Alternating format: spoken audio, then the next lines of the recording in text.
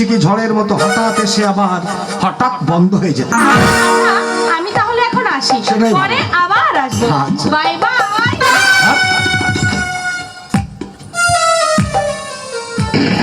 Sorry sorry sorry, নমস্কার।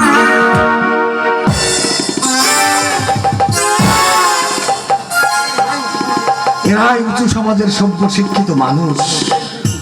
এদের প্রেম প্রীতি ভালোবাসা প্রিয়জনের প্রতি অনুরাগ সব যেন নকল, হালকা চটকি রঙের প্রলেপ মাত্র। ভাই তুমি আমি আমি তোমার আমি আমি বাড়িতে কাজ করি, তুমি আসবে শুনে তোমার শুভ কামনায় দক্ষিণেশ্বর মায়ের মন্দিরে পুজো দিয়ে তোমার জন্য প্রসাদ নিয়ে এসেছি। প্রসাদ নাও দাদু ভাই, প্রসাদ নাও।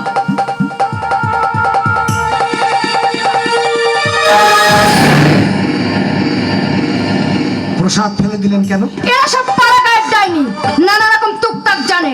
প্রসাদের নাম করে তোমাকে অন্য কিছু দিয়ে বশ করতে পারে, সেই আশঙ্কায় ফেলে দিলাম।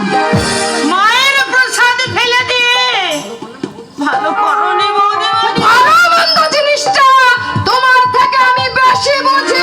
না বোঝেন না। তাই যদি বুঝতেন তাহলে যে মানুষটা আমার মঙ্গল কামনায় সুদূর দক্ষিণেশ্বর মায়ের মন্দিরে পুজো দিয়ে প্রসাদ নিয়ে এসেছে, বাঙালি হয়ে সেই প্রসাদ আপনি ফেলে দিতে পারতেন না। আপনার ফেলে দেওয়া প্রসাদ আমি শ্রদ্ধার সঙ্গে গ্রহণ করছি।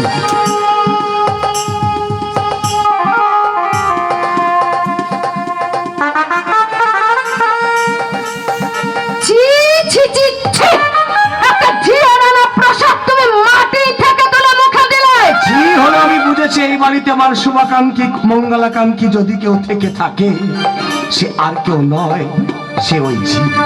তাই শুধু প্রসাদই গ্রহণ করলাম না, সেই সঙ্গে ওই ঝিয়ের পায়ের ধুলো আমি মাথায় তুলে নিলাম।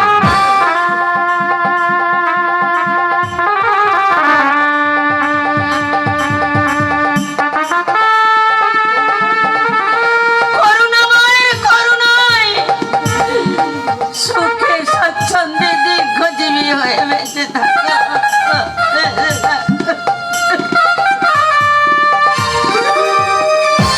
প্রসাদ দিয়ে দরদি শাস্তি গিয়েছে। কাল থেকে আর এ বাড়িতে আসবো না। খেতে না পাই পথে পথে ভিক্ষে করবো, তবু তোমাদের চোখের দেখা দেখতে এসে চোখের জলে আর বুক ভাসাবো না, আর বুক